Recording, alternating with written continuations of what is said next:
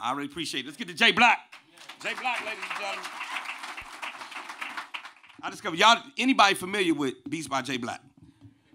If you're not, man, you have got to follow him on Instagram. It blew my mind to watch what you do with an MP. Because in the back of my mind, people would say, well, when you make music, what you play? And all I could say is, I play Reason. You know what I'm saying? Reason is my instrument. I don't necessarily know how to play that well. I know how to make something. If you ask me to play it back, I can't do it. You know what I mean? Yeah, so, how long you been producing? To take it seriously, about 8 years. Because it always kind of been like a hobby. It always been something to. I think that's the best at it. I never really took it that serious. It was just something. I just kind of stood up in the, like you said, just being locked up in a room. Right. You know what I'm saying? And a little weird. Just a little weird, you know what I'm saying? A little weird. We weird. I'm weird as hell. So. Yeah, it's still like that, though. If you get a chance, go on his Instagram and watch how he flipped and freaked the overnight scenario live on the drum machine. So he got the, I don't want to, all right. So I don't want to give away your secrets. Right. You know, for those who ain't producers in the room, there is a sort of a code that comes from, you know, you ain't supposed to be sample snitching, as they call it. And you know, the New York niggas was real serious about that. You know, I saw DJ Premier one day, he lost his mind. He was like, who's sample snitching on me, man? What y'all doing? I come see you at your house, B. You don't be telling people where I got my sample from, son, real talk.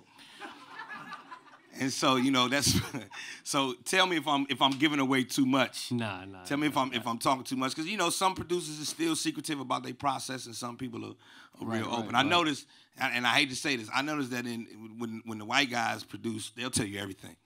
Listen, I got this snare drum from snaresrus.com. This guy, Matt, who runs it, he's a great guy. They got great customer service. I gave him a 5 on Yelp. You know what I'm saying? You go to a black producer page, I'm going to show you this, but I ain't going to show you all my shit. I'm just show you this. So anyway, can you talk about your work ethic and, you know, just give us some pointers or some tips or something, because I know that's something that a lot of us struggle with, is consistently trying to turn out music. It gets difficult. Right. I think the biggest thing I got from it was definitely being consistent, because the content that I have, I feel like back then, probably about like 4 years ago, I've been putting content out for about like 6-7 years, and it just started kind of clicking on about like 3-4 years ago.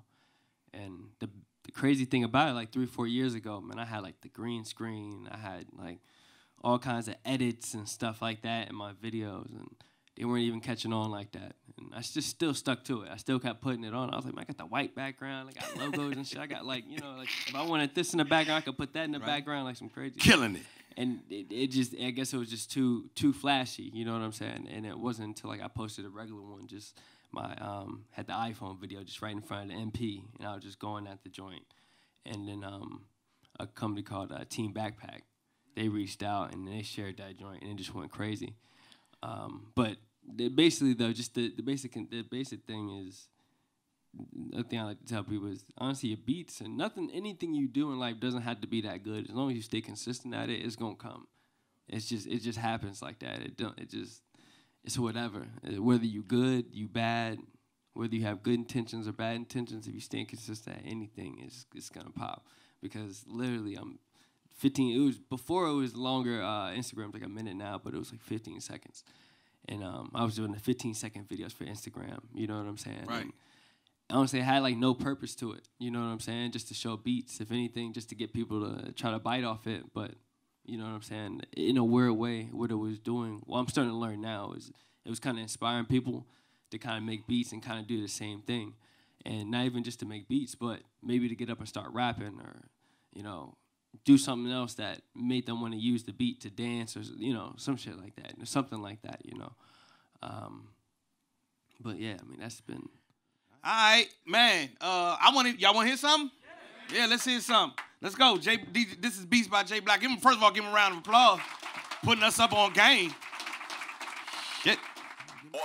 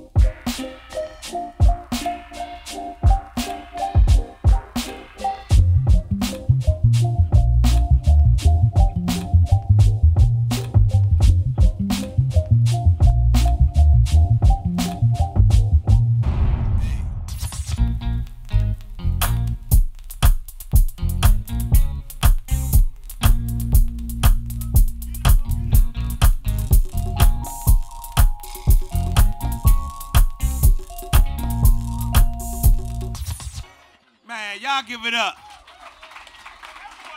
for Beats by Jblack, man. Come on, let them hear it, y'all.